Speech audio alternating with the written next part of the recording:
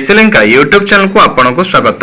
यह चैनल माध्यम एक सुंदर अभिभाषण साधारणतंत्र दिवस आधारित एक सुंदर अभिभाषण जहाँकि प्रत्येक स्कूल और कॉलेज पिलामानपाई ये भाषण बहुत साहाय्यकारी हो।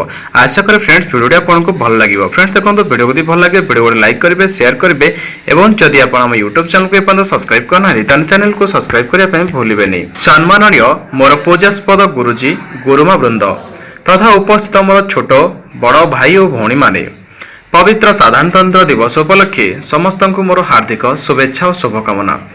यह पवित्र दिवस मते किसी कहबार सुजोग मिलू मो निजक धन्य मन करुछि। आज हूँ 75तम साधारणतंत्र दिवस। आम समस्त को भल भाव जना कि आज सारा भारत वर्ष बड़ धूमधाम यह साधारणतंत्र दिवस टी 75तम साधारणतंत्र दिवस रूपे पालन किंतु यह दिवस को पालन करने सहित यह दिवस टी कहीं पालन कर यार कारण कौन ताहा जानिबा अत्यंत जरूरी अटे। 1947 मसीहा अगस्ट मास 15 तारिख दिन भारत वर्ष स्वाधीन है।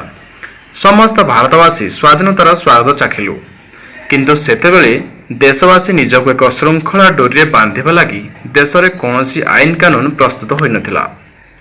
सेथिपाई देशर तत्कालीन राष्ट्रपति तथा संविधान सभार अध्यक्ष डॉक्टर राजेंद्र प्रसाद संविधान निर्माण कार्य डॉक्टर बी.आर. आंबेडकर को देथिले।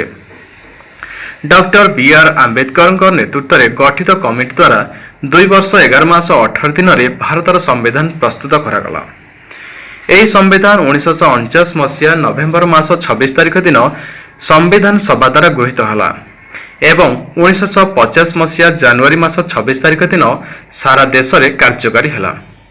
प्रत्येक भारतवासी यह श्रृंखलार शासन डोरे बांधि होई निजको निज हाथे शासन कले। तेणु यही दिन ठारू जनवरी 26 तारिख दिनटी को गणतंत्र दिवस रूपे पालन कर आम देशर यह संविधान विश्वर सबुठु बड़ लिखित संविधान अटे जो प्रथमतः 395 अनुच्छेद 8 अनुसूची और 22 भाग थिला किंतु वर्तमान एथिरे 448 अनुच्छेद 12 अनुसूची और 25 भाग रही अछि। एही विशाल संविधान आमको आमर अधिकार प्रति लड़िबार हक देछि। सबु धर्म को सम्मान अधिकार देछि। एणु यह रक्षा करिबा आमर परम कर्तव्य अटे।